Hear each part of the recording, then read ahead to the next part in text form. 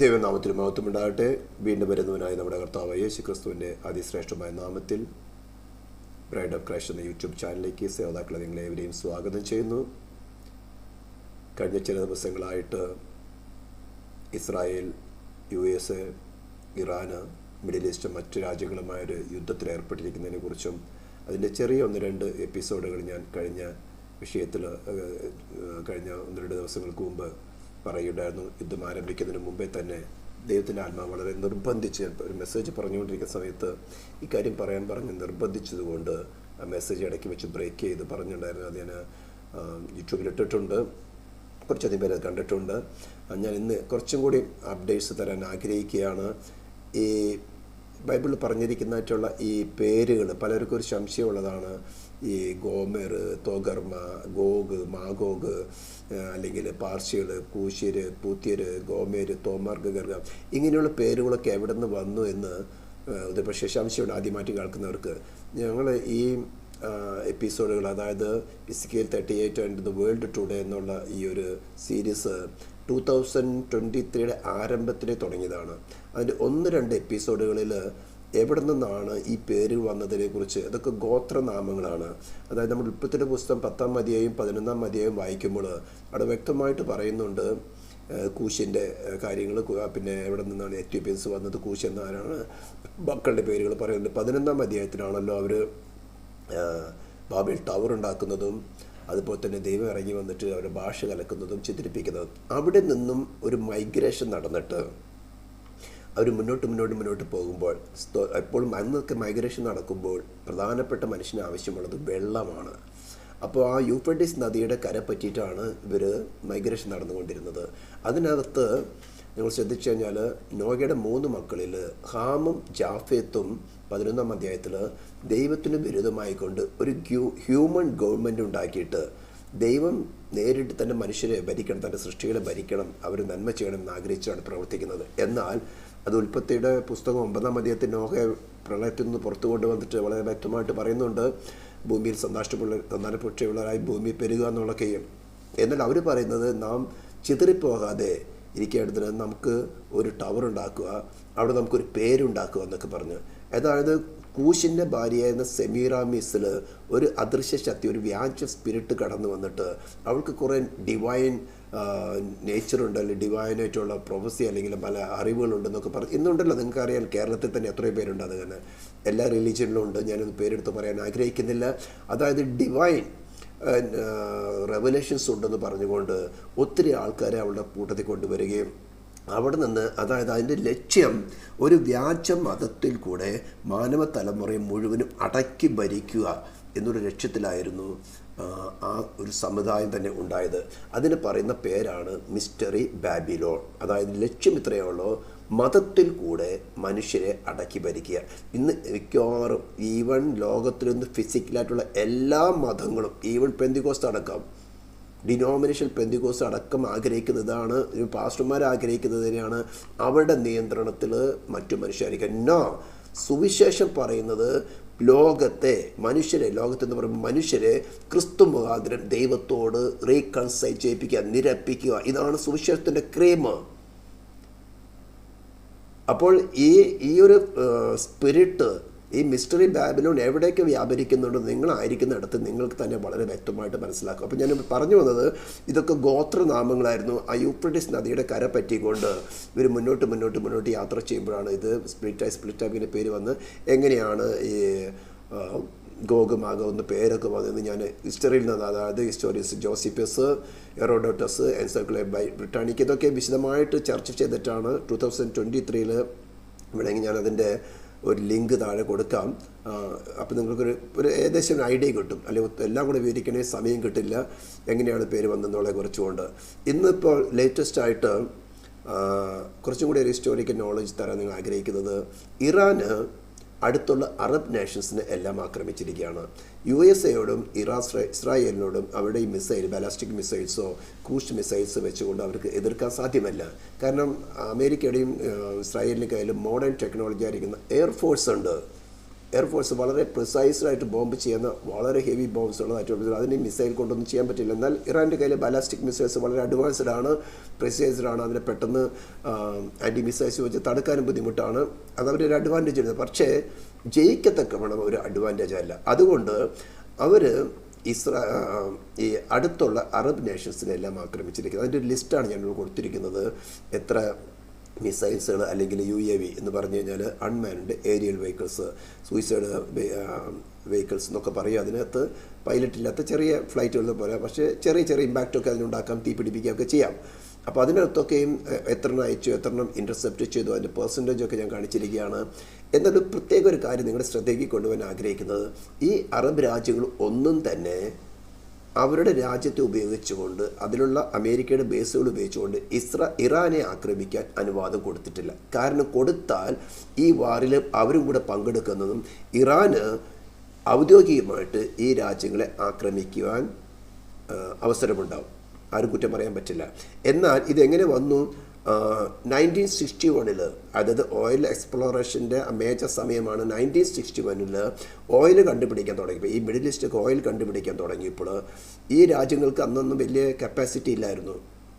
അപ്പോൾ അന്ന് 11 രാജ്യങ്ങളെ കൂടി ചേർത്തിട്ട്, സൗദി അറേബ്യയുടെ നേതൃത്വത്തിൽ 11 രാജ്യങ്ങളെ കൂട്ടി ചേർത്തുകൊണ്ട് ഒപെക് എന്നൊരു ഓർഗനൈസേഷൻ ഉണ്ടാക്കി, ഓയിൽ പ്രൊഡ്യൂസിങ് കമ്പനികളെ കൂടെ ചേർന്ന്.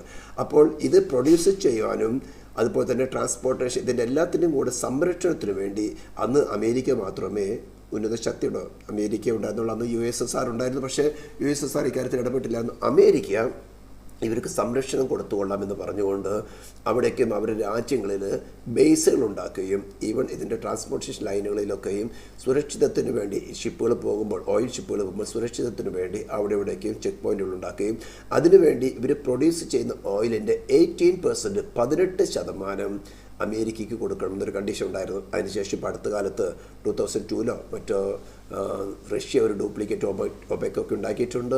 പല രാജ്യങ്ങളും അതിനോട് ചേർന്നിട്ടുണ്ട്. അപ്പോൾ ഇതാണ് നടക്കുന്നത്. എന്നാൽ ഇത്തരം ആക്രമണങ്ങൾ ഇറാൻ ഈ മിഡിൽ ഈസ്റ്റിലുള്ള രാജ്യങ്ങൾ, അറബ് കൺട്രീസിൽ ചെയ്ത് അവർ കരുതിയത് റിലീജിയസ് ബേസിസിൽ അവർ സപ്പോർട്ട് ചെയ്യുന്നതെന്ന്. ഇറാൻ്റെ മോട്ടിഫിക്കേഷൻ എന്ന് പറഞ്ഞാൽ, ഞാനൊരു കാര്യം കൂടെ പറഞ്ഞിട്ട് കഴിഞ്ഞ ഒരു എപ്പിസോഡിൽ ഞാൻ പറയേണ്ടായിരുന്നു, ഇസ്ലാമിൻ്റെ ഒരു ഫൂളിഷ് ഐഡിയോളജി എന്ന് ഞാനൊരു വേർഡ് ഉപയോഗിക്കേണ്ടായിരുന്നു. ഞാനൊരു ക്ലാരിഫിക്കേഷൻ തരാൻ ആഗ്രഹിക്കുകയാണ്. എന്താണ് ഈ ഫൂളിഷ് ഐഡിയോളജി ഞാൻ പറയാൻ കാരണം? ഒരു കാര്യം ശ്രദ്ധിക്കുക, എല്ലാ മതവിഭാഗങ്ങൾ തന്നെയും, ഏതൊരു മതം, ഇന്ന് ലോകത്ത് നിലനിൽക്കുന്ന ഏതൊരു മതവിഭാഗങ്ങളും മനുഷ്യനെ ദൈവത്തോട് നിരപ്പിക്കുക, ദൈവത്തേക്ക് അടുപ്പിക്കുക എന്ന ഒരു പോളിസിയിലാണ് അവിടെ വിശ്വാസികളാക്കി വെച്ചിരിക്കുന്നത്. ഞാനൊരു കാര്യം പറയാം, മനുഷ്യൻ ഈ ഭൂമിയിൽ ഒരു മനുഷ്യനാകുന്ന ആദാമിൽ നിന്നാണ് ഉത്ഭവിച്ചിട്ടുള്ളത്. ആ ആദാമിന് എന്ത് സംഭവിച്ചുവെന്നും അവൻ പാപം ചെയ്യുന്നതും ദൈവത്തിൽ അകന്നുപോയി എന്നും എല്ലാ മതവിഭാഗങ്ങളും പഠിപ്പിക്കുന്നുണ്ട് ഒരു വിധത്തിൽ, അല്ലെങ്കിൽ മറ്റ് ഈവൻ ഇസ്ലാം മതം വളരെ വ്യക്തമായിട്ട് പഠിപ്പിക്കുന്നുണ്ട്. ഓക്കെ, ഈ പാപത്തിന് ദൈവരാജ്യം എക്സിസ്റ്റ് ചെയ്യുന്നത് ഡിവൈൻ ലോയിലാണ്. ഒരു ലോ അതിൻ്റെ ഇൻ്റഗ്രിറ്റി കാക്കാതെ ഒരു രാജ്യത്തിന് നിലനിൽക്കാൻ സാധ്യമല്ല. ദൈവത്തിന് അവന് ഗവേൺ ചെയ്യുന്നൊരു ലോയാണ് ഡിവൈൻ ലോ. നമ്മളെ പറ്റുന്നതൊന്നും ദൈവത്തിൻ്റെ ആർബിട്രറി വില്ലിൽ അല്ലെങ്കിൽ സ്വേച്ഛ അധികാരത്തിൽ എല്ലാം ചെയ്യുന്നു. No, absolutely wrong. ദൈവം ഈ ലോയ്ക്ക് വിധേയപ്പെട്ടവനാണ്, ഡിവൈൻ ലോയ്ക്ക് വിധേയപ്പെട്ടവനാണ്. അവൻ്റെ മനസ്സാക്ഷിയിൽ എഴുതിയിരിക്കുന്നതാണ്, ഹൃദയത്തിൽ എഴുതിയിരിക്കുന്നതാണ്. ആ ലോയ്ക്ക് എഗൻസ്റ്റ് ആയിട്ട് അവനൊരു തീരുമാനമെടുത്താൽ അവൻ പാപം ചെയ്യുകയാണ്. Then he no more God. അപ്പോൾ പാപം ചെയ്യുന്ന ദേഹി ശിക്ഷിക്കപ്പെടണം, മരിക്കണം എന്നുള്ളത് അവൻ്റെ ലോയാണ്. പാപം ചെയ്യുന്ന ദേഹി സോള് മരിക്കണം എന്നുള്ളത് അവൻ്റെ ലോയാണ്. ആ ലോ നടപ്പിലാക്കാതെ ദൈവം തൻ്റെ സ്വേച്ഛാധികാരത്തിൽ മറ്റൊരു മാർഗത്തിൽ കൂടെയോ പ്രവൃത്തിയിൽ കൂടെയോ മറ്റേതെങ്കിലും വിധത്തിൽ അവനത് ക്ഷമിച്ചാൽ അവൻ ലോ വയലേറ്റ് ചെയ്യാണ്, പിന്നെ അവൻ ദൈവമല്ല. ഇതാണ് ക്രിസ്തുവിൻ്റെ ഗ്രേറ്റ്നസ്. അതേ ദൈവം തന്നെ, ഈ ലോ ഗിവർ തന്നെ, ആ ലോ ഗിവർ തന്നെ മനുഷ്യനായിട്ട് അവതരിച്ച് എന്ന് പറഞ്ഞാൽ മനുഷ്യനെ പോലെ ശരീരം, പ്രാണൻ, ആത്മാവുള്ളവനെ അവതരിച്ച് മാനവജാതി ഏതു മനുഷ്യൻ്റെ മേലുള്ള അവൻ്റെ ശരീരത്തിലും പ്രാണനും ആത്മാവിനുള്ള ശിക്ഷയെ തൻ്റെ ശരീരത്തിലും പ്രാണനിലും ആത്മാവിലും ഏറ്റെടുത്ത് തൻ്റെ ശരീരം ക്രൂശിൽ കിടക്കുമ്പോൾ തൻ്റെ പ്രാണനും ആത്മാവും ദുഷ്ടമനുഷ്യർ പോകുന്ന പാതാളത്തിൽ പോയി ശിക്ഷ അല്ലെങ്കിൽ മരണം അനുഭവിച്ചു. അങ്ങനെ ഡിവൈൻ ജസ്റ്റിസ് പറഞ്ഞിരുന്ന പുറപ്പെടുവിച്ച വിധി, പാപം ചെയ്ത് ദൈവം മരിക്കണമെന്നുള്ള ആ ശിക്ഷ ക്രിസ്തു സ്വമേധയാ തൻ്റെ ശരീരത്തിലും പ്രാണനിലും ആത്മാവിലും ഏറ്റെടുത്തുകൊണ്ട് മാനവജാതിക്ക് പകരക്കാരനായി. എന്നിട്ട് ദൈവം അവനെ മരിച്ചവരെ ഉയർത്തെഴുന്നേൽപ്പിച്ചുകൊണ്ട് ഡിക്ലെയർ ചെയ്യാണ്, who ever believe in this, ആര് ഇതിൽ വിശ്വസിക്കുന്നു അവനെ സൗജന്യമായിട്ട് നീതീകരിക്കാം എന്ന് പറഞ്ഞാൽ അവൻ ചെയ്ത പാപത്തെ ക്ഷമിച്ച് കിട്ടുന്നതായിട്ടല്ല, ക്രിസ്തു ഒരു കാലത്തും പാപം ചെയ്യാതിരുന്നത് പോലെ ആ വ്യക്തികളെ വിശ്വസിക്കുന്നവരെ ഒരു കാലത്തും പാപം ചെയ്യാത്തവരായിട്ട് കണക്കിടാമെന്നാണ്. ഇതാണ് എൻ്റെ ഗ്രേറ്റ്നെസ്. ഇതിന് എഗെയിൻസ്റ്റ് ആയിട്ടാണ് ഇസ്ലാം മതം പഠിപ്പിക്കുന്നത്. ഈ മതത്തെ, അതായത് ഇങ്ങനെ കൊന്നൊടുക്കിക്കൊണ്ട് സ്വർഗത്തിലേക്ക് പോകാം, ഇവരുടെ മതത്തിന് വേണ്ടി മുസ്ലിം അല്ലാത്തവരെ കൊന്നൊടുക്കുക, മതത്തിന് വേണ്ടിയിട്ട് ഒരാളെ കൊന്നു കഴിഞ്ഞാൽ ഇവിടെ പ്രാണനാത്മാവ് സ്വർഗത്തേക്ക് പ്രവേശിക്കുക, അപ്സരസുകൾ അവരെ കാത്തിരിക്കുന്നത് ഫൂളിഷ്നെസ്സാണ്. ഡിവൈൻ ലോക്ക് ജസ്റ്റിസ് വരുത്താതെ നിങ്ങളടുത്ത് ആര് ഓർഗൻ ചെയ്താലും, സ്പിരിറ്റ് വന്ന് ഓർഗൻ ചെയ്താലും മനുഷ്യൻ ഓർഗൻ ചെയ്താലും ഒരൊറ്റ ക്വസ്റ്റ്യനുള്ളോ, പാപത്തിന് പരിഹാരം വരുത്തും നിങ്ങളുടെ പ്രവാചകനോ ഒറ്റമാർക്ക് സാധിക്കുമോ? യേശു ഒരു പ്രവാചകൻ മാത്രമായിരുന്നു, യേശുവിൻ്റെ മരണ കാര്യമല്ല. അവൻ പാപമില്ലാത്തൊരു മനുഷ്യനായിട്ട്, അതിനാണ് മനുഷ്യനായിട്ട് അവതരിച്ചതിൻ്റെ കാര്യം. ദൈവം തന്നെ മനുഷ്യനായിട്ട് അവതരിച്ചു. ഇതിൻ്റെ ഡീറ്റെയിൽസൊക്കെയും ഞാൻ പല എപ്പിസോഡുകൾ പറഞ്ഞിട്ടുള്ളതാണ്. ഞാൻ അങ്ങനെ ഒരു വേർഡ് ഉപയോഗിച്ചത് കൊണ്ട് ഞാൻ അതിൻ്റെ ഒരു ക്ലാരിഫിക്കേഷൻ തന്നതാണ്. അപ്പോൾ ഇങ്ങനെ ആയിരിക്കുന്ന ഈ സമയത്ത് ഈ രാജ്യങ്ങളിൽ ഇപ്പോൾ ഇസ്രായേലിൻ്റെ ഒരു എസ്റ്റിമേറ്റ് അനുസരിച്ചുകൊണ്ട് 20,000 ടാർഗറ്റുകളാണ് അവർ നേരത്തെ പ്ലാൻ ചെയ്തിട്ട് ഇറാനിൽ അറ്റാക്ക് ചെയ്യാൻ പ്ലാൻ ചെയ്തിരിക്കുന്നത്. ഒരു ദിവസത്തിൽ 1000 എണ്ണം വെച്ച്. അത് ഫസ്റ്റ് 1-2-3 ഡേയ്സിൽ അവർ കംപ്ലീറ്റ് ചെയ്തു. അത് ഫസ്റ്റ് ഡേയിൽ തന്നെ ഇറാൻ്റെ, അതായത് അലി ഖമേനിയുടെ പാലസിനകത്ത് തന്നെ ബോംബ് ചെയ്തുകൊണ്ട് ആരംഭിച്ചു. അലി ഖമേനി അതിനകത്ത് വധിക്കപ്പെട്ടു. 1000 ടാർഗറ്റാണെന്ന് കംപ്ലീറ്റ് ചെയ്തു. രണ്ടാമത്തെ മൂന്നാമത്തേതും ചെയ്തു. അങ്ങനെയാണെങ്കിൽ അവർ മൊത്തത്തിൽ 20 ദിവസം ഉണ്ട്. ഇത് 3 ദിവസം കഴിഞ്ഞിട്ടുള്ള 17 ദിവസം കൂടിയും ഈ വാർ തുടരുമെന്നാണ് അവിടെ കണക്കൂട്ടൽ അവർ ഡിമാൻഡ് ചെയ്യുന്നത്. അമേരിക്ക അഥവാ ഈ മിഡിൽ ഈസ്റ്റ് രാജ്യങ്ങൾ അവരുടെ ബേസുകളെ ഇറാനെതിരെ ആക്രമിക്കുക. കാരണം ഇപ്പോൾ അവർക്ക് ജസ്റ്റിഫിക്കേഷൻ ഉണ്ട്, ഇറാൻ അവരെ ആക്രമിച്ചിരിക്കുകയാണ്. നേരത്തെ ടേബിൾ കാണിച്ചതനുസരിച്ച് വളരെയധികം ബോംബുകൾ സെല്ല് ചെയ്തിരിക്കുകയാണ്. അവർക്ക് ജസ്റ്റിഫൈ ചെയ്യാം. ഈ അറബ് കൺട്രീസ് അവരുടെ ബേസുകളെ ഇറാനെ ആക്രമിക്കാൻ അനുവദിച്ചാൽ വിത്തിൻ ഫ്യൂ അവേഴ്സിനുള്ളിൽ ഇറാൻ ഒടുക്കിക്കളയും. വളരെ ഷോർട്ട് റേഞ്ചിലാണ് കിടക്കുന്നത് ഈ രാജ്യങ്ങളൊക്കെ, വളരെ ഷോർട്ട് റേഞ്ചിൽ. ഇസ്രായേലിന് ഒരു 900 എബോ മൈൽസ് യാത്ര ചെയ്തിട്ട് വേണം ഇറാനിലേക്ക് പ്രവേശിക്കാൻ. അതിൻ്റെ വെസ്റ്റേൺ ഏരിയ മാത്രമേ അവർ കരുതുന്നുള്ളൂ. ഇപ്പോൾ അമേരിക്കയാണ് അവിടെ ഷിപ്പുകൾ ഉപയോഗിച്ചുകൊണ്ട് ഇറാൻ്റെ ഈസ്റ്റേൺ ഏരിയയും അതേപോലെ തന്നെ സദേൺ ഏരിയയിലും അറ്റാക്ക് നടക്കുന്നത്. ഇനി ഒരു കാര്യം പ്രത്യേകം ശ്രദ്ധിക്കാനുണ്ട്, ഇത് ലോക രാജ്യങ്ങളെ എങ്ങനെ ഇമ്പാക്റ്റ് ചെയ്യുന്നൊരു കാര്യത്തിൽ ചെറിയൊരു വീഡിയോ ഞാൻ ഡിസ്പ്ലേ ചെയ്യാം നിങ്ങൾക്ക് പെട്ടെന്ന് മനസ്സിലാക്കാൻ വേണ്ടിയിട്ട്. ഇതൊന്ന് ശ്രദ്ധിച്ച് നോക്കുക. Iran blocks the Strait of Hormuz. What impact will it have on the entire world, and which country will be affected the most? First, let's understand what the Strait of Hormuz actually is. It is a small area of just 33 kilometers located between Iran, Oman and the UAE. It is a narrow sea passage through which almost 20% of the world's oil supply flows, nearly 17 million barrels every day. This oil comes from 8 countries located in the Persian Gulf, including Iran, Iraq, Kuwait, Bahrain, Qatar, Saudi Arabia and the UAE for the United Arab Emirates. Saudi Arabia, Kuwait and Qatar, 90% of their oil exports pass through this narrow route to reach the rest of the world. If Iran blocks the Strait of Hormuz, following countries will suffer the most damage. First is India, because it imports 85% of its oil, and 60% of that comes from Middle Eastern countries like Iraq, Saudi Arabia, Kuwait and the UAE. Fuel prices in India would skyrocket, and as a result, everything related to oil and all industries would face severe disruption.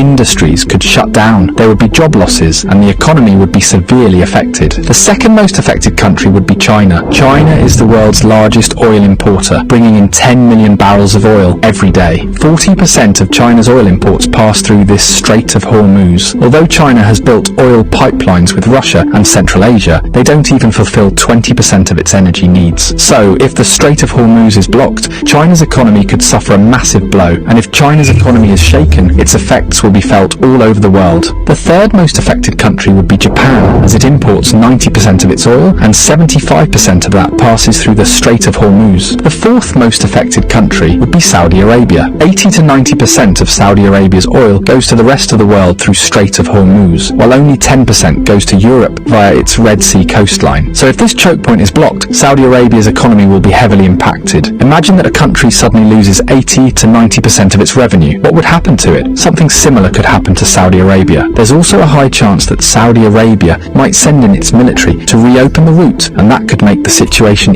even worse. Fifth is Pakistan, which gets about 90% of its oil through the Strait of Hormuz. This oil meets around 27% of the country's energy needs. So if the route is blocked, prices in Pakistan could rise sharply. But there's an interesting twist. Since Pakistan shares a border with Iran, and several government reports suggest that 35% of Pakistan's diesel comes unofficially from Iran. So if the strait is blocked, Pakistan might turn to Iran for oil, either quietly or through an official deal. Next in line is the UAE, because as nearly as 72% of its oil exports rely on this Strait of Hormuz. The country does have a backup option, the Habshan Fujairah pipeline, which allows it to bypass the strait and export up to 60% of its oil. But for a major economy like the UAE, losing the remaining 40% would still be a serious blow. Next comes the European countries like France, Germany and Italy, which on average get 10% of their oil through the Strait of Hormuz. A blockade here would hit them hard as well. Globally, experts warn that oil prices could soar past $150 a barrel, causing widespread inflation and possibly triggering a major global recession. So this small 33-kilometer area holds enough power to shake the entire world.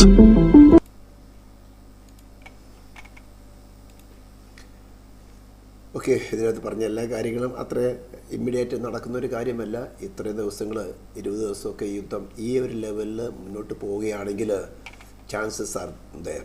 ഈ straight of Hormuz എന്ന് പറയുന്നത് വളരെ സുപ്രധാനമായ ഒരു സ്ഥലമാണ്. പക്ഷേ ഇന്ത്യയെ സംബന്ധിച്ചിടത്തോളം ഇന്ത്യയുടെ വാർഷിപ്പുകൾ, ഇന്ത്യൻ ഫ്ലാഗുമായിട്ട് വരുന്ന ഓയിൽ ടാങ്കേഴ്സ്, ഷിപ്പുകളെ പ്രൊട്ടക്റ്റ് ചെയ്യാൻ വേണ്ടി ഈ സ്ട്രേറ്റ് ഓഫ് ഹോർമുസിന് വളരെ അടുത്ത് തന്നെയുണ്ട്. ഒരു ന്യൂസ് വന്നിട്ടുണ്ടായിരുന്നു, ഇന്ത്യയുടെ യുദ്ധക്കപ്പലുകളെ UAE പ്രൊട്ടക്ഷന് വേണ്ടി അതിനടുത്തേക്ക് അടുപ്പിച്ചിട്ടുണ്ടെന്ന്.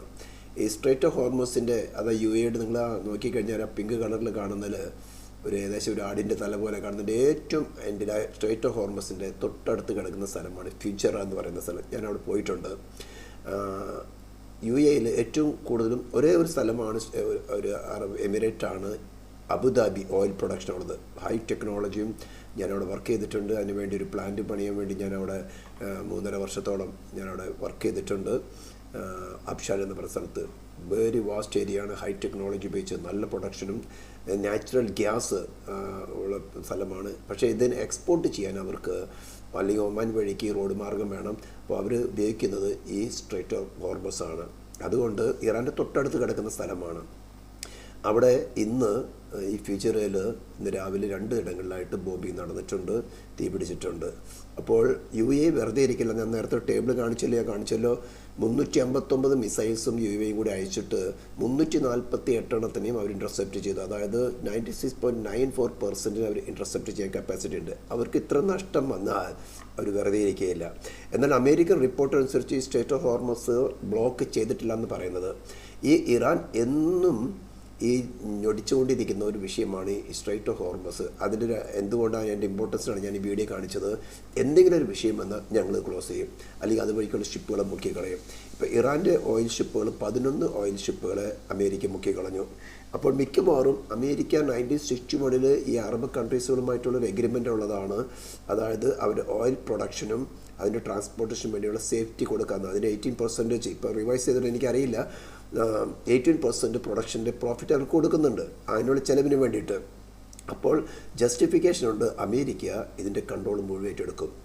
ഇതിങ്ങനെ ഒരു കാര്യം നിൽക്കുന്നു, ഞാൻ ഷോർട്ട് ചെയ്യാൻ വേണ്ടിയിട്ട് പറയാം, നിങ്ങൾക്കൊരു ഇൻഫോർമേഷന് വേണ്ടി അത് പറഞ്ഞെന്നുള്ളൂ.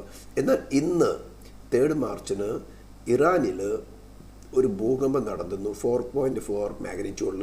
കഴിഞ്ഞ 3 നെഗോഷിയേഷൻസ് ആയിരുന്നു ഒമാനെ മീഡിയേറ്റ് ചെയ്തുകൊണ്ട് അമേരിക്കയുമായിട്ട് ഇറാൻ നടത്തിയത്. എന്നാൽ ഈ 3 നെഗോഷിയേഷൻ 2 ദിവസം അല്ലെങ്കിൽ 1 ദിവസം മുമ്പ് ഇതേപോലെ 4.2, 4.6 മാഗ്നിറ്റ്യൂഡിൽ ഇറാനിൽ ഭൂകമ്പം നടന്നു. ഇറാനിൽ സ്ഥിരമായിട്ട് ഭൂകമ്പം നടക്കുന്ന ചെറിയൊരു കാറ്റാണ്. നിങ്ങൾ ഇത് യൂട്യൂബിൽ ഗൂഗിളിൽ അടിച്ച് നോക്കിയാൽ നിങ്ങൾക്കറിയാൻ സാധിക്കും, ഒരു ദിവസം തന്നെ 2-3 ചെറുതൊക്കെ ആയിട്ടുള്ള മാഗ്നിറ്റ്യൂഡിലാണ് നടക്കുന്നുണ്ട്. പക്ഷേ അതാരും പുറത്തു കൊണ്ടുവരുന്നില്ല. പക്ഷേ സയൻറ്റിസ്റ്റുകളെല്ലാം പറയുന്നത് ഈ സമയങ്ങളിൽ നടന്നിരിക്കുന്ന ഭൂകമ്പങ്ങളൊന്നും നാച്ചുറൽ അല്ല.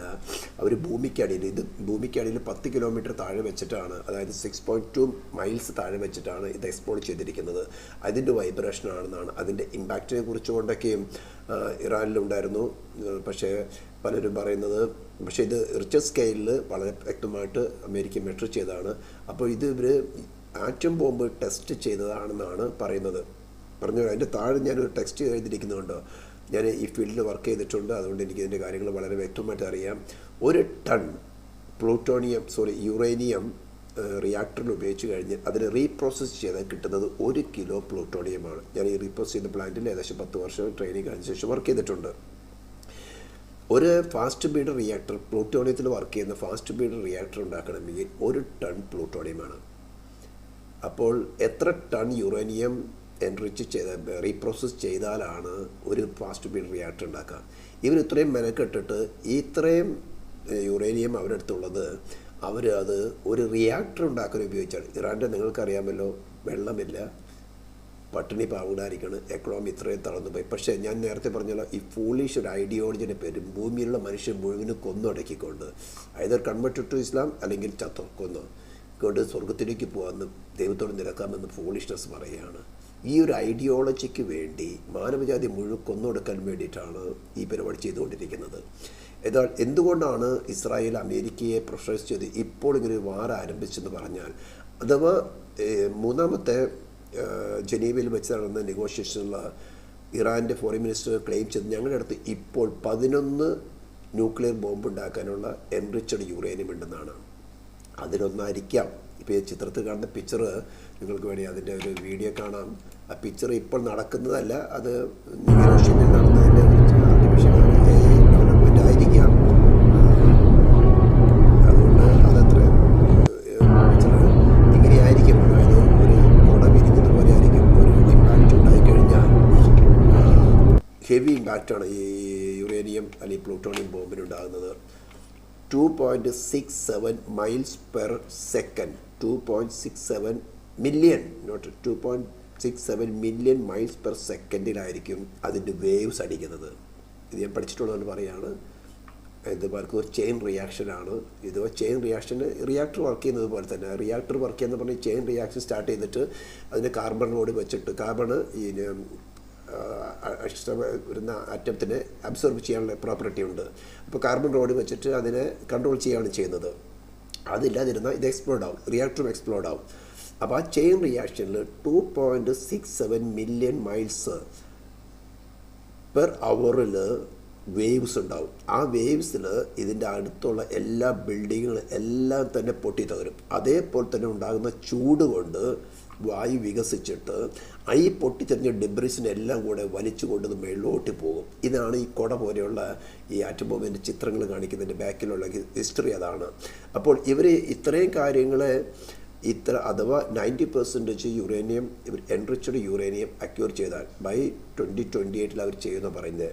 ഇറാൻ ഇസ്രായേൽ അവിടെ ഇൻ്റലിജൻസ് വെച്ചുകൊണ്ട് വളരെ ശക്തമായിട്ട് മോണിറ്റർ ചെയ്ത് എവിടേക്കാണ് എന്തൊക്കെയാണ് വളരെ കൃത്യമായിട്ട് മെഷർ ചെയ്തുകൊണ്ടിരിക്കുകയാണ്. മൊസാദിൻ്റെ നല്ല ടീം അവിടെയുണ്ട്. അപ്പോൾ ഇത് അച്ചീവ് ചെയ്താൽ ഇത് വേൾഡിന് വല്ലാത്ത നാശം വരുത്തും. ഇവിടെ ഞാൻ പറഞ്ഞല്ലോ, ഒരു ഐഡിയോളജി എന്ന് പറഞ്ഞാൽ മുസ്ലിം അല്ലാത്തവരെ കൊന്നു കളഞ്ഞാൽ ഇവർ സ്വർഗത്തിൽ പോകും. ഇതിനു വേണ്ടി എന്തും ചെയ്യാൻ തയ്യാറാണ്. ഇത് ഇപ്പോൾ റെസിസ്റ്റ് ചെയ്തത് ഇസ്രായേൽ മാത്രമേ ഉള്ളൂ. മറ്റു ക്രിസ്ത്യൻ കമ്മ്യൂണിറ്റികളോ ആരും തന്നെ ഇവരോട് രജിസ്റ്റർ ചെയ്യുന്നില്ല. ഇപ്പോൾ ആഫ്രിക്കൻ രാജ്യങ്ങളിലൊക്കെ എത്രയോ ദിവസക്കണക്കിന് 1000-10,000 കണക്കിന് ആൾക്കാർ കൊല്ലുന്നുണ്ട്. ആരും യുണൈറ്റഡ് നേഷൻ ആരും തന്നെ ചോദ്യം ചെയ്യുന്നില്ല. ഇസ്രായേൽ എന്തെങ്കിലും സംഭവിച്ചാൽ എല്ലാ കാര്യങ്ങളും ഇളകും. അമേരിക്കയിലും UK എല്ലാം കിടന്ന് ഇളകുന്നത് നമുക്ക് കണ്ടിട്ടുള്ളതാണ്. അപ്പോൾ ഇതാണ് ഇപ്പോൾ ഈ വാർ സ്റ്റാർട്ട് ചെയ്യാനുള്ള കാരണം. അപ്പോൾ ഈ ന്യൂക്ലിയർ ബോംബാണ് പൊട്ടിയതെങ്കിൽ ഇതിൻ്റെ ഒരു പ്രഖ്യാഘാതം എവിടെയൊക്കെ ഉണ്ടാകാം. ഇത് ഹിരോഷിമയിൽ പൊട്ടിച്ചത് പ്ലൂട്ടോണിയം ബോംബായിരുന്നു. നാഗാസാക്കിയിൽ പൊട്ടിച്ചത് യുറേനിയം ബോംബ്. ആദ്യം യുറേനിയം ബോംബാണ് അവർ പൊട്ടിച്ചത്. അവർ ആക്ച്വലി അവിടെ ഉണ്ടായിരുന്ന മിസ്റ്റുബിഷിയുടെ പ്ലാന്റിൽ, സ്റ്റീൽ പ്ലാന്റിലേക്കായിരുന്നു എയിം ചെയ്തെങ്കിലും 1.5 കിലോമീറ്റർ ദൂരെ മാറിയിട്ടാണ് ബോംബ് വീണത്. എന്നാൽ അതിൻ്റെ 15 കിലോമീറ്റർ വരേക്കും ഇന്നും ഇന്നും അവിടെ ജനവാസമില്ല, അവിടെ ബ്ലോക്ക് ചെയ്തിരിക്കുക. അതിൻ്റെ പരിസരങ്ങളിലുള്ള ജനിക്കുന്ന കുട്ടികൾക്കൊക്കെ തന്നെ ജനറ്റിക് ഇമ്പാക്റ്റായിട്ട് കണ്ണില്ലാതെയും അവയവങ്ങളില്ലാതെയും ജനിക്കുന്നത്. ഇതിനകത്ത് 3 ടൈപ്പുള്ള റേഡിയേഷൻസാണ് പുറത്തു വരുന്നത്: ആൽഫ, ബീറ്റ, ഗാമ. ഈ ആൽഫയും ബീറ്റയും വളരെ പവർഫുള്ളാണ്, മാസീവാണ്, വളരെ ജനറേഷൻസ് ഡാമേജ് ഉണ്ടാക്കാം. എന്നാൽ ഗാമയ്ക്ക് അത്ര ശക്തിയില്ല. അതുകൊണ്ട് ഇത് വേൾഡിന് മൊത്തം ഒരു ത്രെട്ടായിരിക്കുന്ന ഒരു കാര്യമാണ്. ഇസ്രായേലിനെ ദൈവം വെച്ചിരിക്കുന്നത്, ഞാൻ ഇസ്രായേലിൻ്റെ പക്ഷം ചെയ്യല്ല, ദൈവത്തിൻ്റെ എറ്റേണൽ പ്ലാൻ എന്ന് പറയുന്നത് ഈ മാനവജാതിയെ രക്ഷിക്കുക എന്നുള്ളതാണ്. അതുകൊണ്ട് ദൈവം അവരെ ഉപയോഗിച്ചുകൊണ്ട് മനുഷ്യന് വേണ്ടി ആവശ്യമായ കാര്യങ്ങൾ ചെയ്തെടുക്കുന്നത് മാത്രമേ ഉള്ളൂ. അപ്പോൾ ഞാൻ ഇന്നത്തെ ഒരു പ്രത്യേക ഒരു കാര്യം കൂടെ നിങ്ങൾക്ക് നോട്ട് ചെയ്യാൻ പറയുന്നത്, ഇവർ അറബ് കൺട്രീസിലെ ഇത്രയും കൺട്രികളെ ആക്രമിച്ചെങ്കിലും ഈ ടർക്കിയെ ഇന്നേ വരെ തൊട്ടിട്ടില്ല. നിങ്ങൾക്ക് ഈ കോയലേഷൻ ഈ വലതുഭാഗത്ത് കാണുന്ന ചിത്രം, താഴെ കാണുന്ന ചിത്രത്തിൽ നിങ്ങൾക്ക് കാണാൻ സാധിക്കുന്നുണ്ടല്ലോ, ആ മിഡിൽ ഈസ്റ്റിലുള്ള അറബ് കൺട്രീസിനെല്ലാം അവർ മിസൈൽസ് അയച്ച് ആക്രമിച്ചെങ്കിലും ടർക്കിയെ ഒന്നും ആക്രമിച്ചിട്ടില്ല. ടർക്കിയും കാര്യമായ പ്രതികരണങ്ങളൊന്നും പറഞ്ഞിട്ടില്ല, റഷ്യയും കാര്യമായ പ്രതികരണങ്ങളൊന്നും പറഞ്ഞിട്ടില്ല. അലി ഖമേനിയെ വധിച്ചതുകൊണ്ട് അത് ഒരു നാച്ചുറലായിട്ട് ഒഫീഷ്യലായിട്ട് ഒരു കമൻറ്റ് ചെയ്യേണ്ട ആവശ്യത കൊണ്ട് അവർ കമൻറ്റ് ചെയ്തു മാത്രം. ചൈനയും ഇതിനെക്കുറിച്ച് ഇന്നവരെ ഒരു കമൻറ്റ് പറഞ്ഞിട്ടില്ല. അതായത് ഈ ഒരു കോalition, ഇപ്പോൾ ഞാൻ പറഞ്ഞല്ലോ, കഴിഞ്ഞ എപ്പിസോഡ് ഞാൻ പറയുണ്ടായിരുന്നു, ഇതൊരു റിലീജിയസ് വാറാണ് ഇപ്പോൾ നടക്കുന്നത്. ഇസ്രായേൽ നേരത്തെ കണ്ടുകൊണ്ട് അതിനെ പ്രൊട്ടക്റ്റ് ചെയ്യുന്നത് മാത്രം. അഥവാ ഇത് ഒരു അച്ചീവ് ചെയ്താൽ ആദ്യം ഉപയോഗിക്കാൻ പോകുന്നത് ഇസ്രായേലിൻ്റെ മേലെയായിരിക്കും. ഇസ്രായേലും ന്യൂക്ലിയർ പവറുള്ള കൺട്രിയാണ്, ഇന്ത്യയും ന്യൂക്ലിയർ പവറുള്ള കൺട്രിയാണ്, പാകിസ്ഥാൻ കൺട്രിയാണ്, അമേരിക്ക, അതുപോലെ പല രാജ്യങ്ങൾക്കുണ്ട്. പക്ഷേ ഇത് ഏറ്റവും അപകടകരമായി ഉപയോഗിക്കുന്നത് ഇറാനാണ്. അപ്പോൾ ഇറാന് ന്യൂക്ലിയർ പവർ ആകുവാൻ യാതൊരു വിധത്തിലും ഇസ്രായേൽ അനുവദിക്കില്ല. അമേരിക്കയിലെ എത്ര ഗവൺമെൻറ് മാറി വന്നാലും, ഇപ്പോൾ ഡെമോക്രാറ്റ്സ് വരുവാണെങ്കിൽ ഇത് മിണ്ടാതെ എങ്ങനെ പറഞ്ഞു ഒതുക്കിയാൽ. നിങ്ങളത് 2000 ഈ അടുത്ത ട്രംപ് വരുന്നതിന് മുമ്പ് ഗാസയുടെ വിഷയത്തിൽ നിന്ന് കണ്ട നെഗോഷിയേഷൻസിലെല്ലാം നിങ്ങൾ കണ്ടതാണ്. ഇത് ഒബാമ വഴിക്ക് ആരംഭിച്ചതൊക്കെ ആയിരുന്നു, ഇപ്പോൾ ഐശ്വര്യപ്പെട്ടു. അപ്പോൾ ടർക്കി അവർ ആരംഭിച്ചിട്ടില്ല എന്ന് പറഞ്ഞാൽ ഈ കാണുന്ന ഇസ്രായേലിന് എഗൈൻസ്റ്റായിട്ട് വരുന്ന ഒരു രാജ്യമാണ് ഇറാൻ്റെ കൂടെ അല്ലെങ്കിൽ റഷ്യയുടെ കൂടെ വരുന്നതിൽപ്പെട്ട ഒരു രാജ്യമാണ് ഈ ടർക്കി എന്ന് പറയുന്നത്. അതായത് കഴിഞ്ഞ എപ്പിസോഡ് ഞാൻ പറഞ്ഞു, ഇപ്പോൾ റിലീജിയസ് ആണെങ്കിൽ തന്നെയും ഒരു രാജ്യത്തുങ്ങൾ തമ്മിലുള്ള ഒരു കോalition സ്റ്റാർട്ട് ചെയ്യാൻ ഒരു പക്ഷേ ഈ വാർ അനുവദിക്കും. അത് നടന്നുകൊണ്ടിരിക്കുന്നു. അതുകൊണ്ട് ദൈവ മക്കളാവുന്നവരോട്, even Christian or non Christians, beg ഞാൻ നിങ്ങളോട് യാചിക്കുകയാണ്, ഒരേ ഒരു മാർഗമേ ഉള്ളൂ. നിങ്ങൾ ചെയ്യുന്ന പാപപ്രവൃത്തികളാണ്, പാപമല്ല. നിങ്ങളുടെ ഉള്ളിൽ വസിക്കുന്നതായ പാപം നിങ്ങളെക്കൊണ്ട് പല വിധത്തിലുള്ള പാപങ്ങൾ ചെയ്യിക്കുന്നു. പാപം എന്ന് പറയുമ്പോൾ പെട്ടെന്ന് ചിന്തയിൽ വരുന്ന മോറൽ സിൻസാണ്. ഡോക്ടറിയലായിട്ടോ ആരാധനപരമായിട്ടുള്ള വർഷിപ്പരമായിട്ടുള്ള സിൻസ് പെട്ടെന്ന് ഓർമ്മ വരില്ല. എല്ലാ റിലിജനും അവർ നല്ല കാര്യം പഠിപ്പിക്കുന്നത്, മോറൽ സിന്നുകളെ കുറിച്ച് എല്ലാവരും തെറ്റെന്ന് പഠിപ്പിക്കും. മോറൽ സിന്നൊക്കെ അകത്തിരിക്കുന്നതിൻ്റെ റിപ്പർക്കഷൻസ് ആണ്.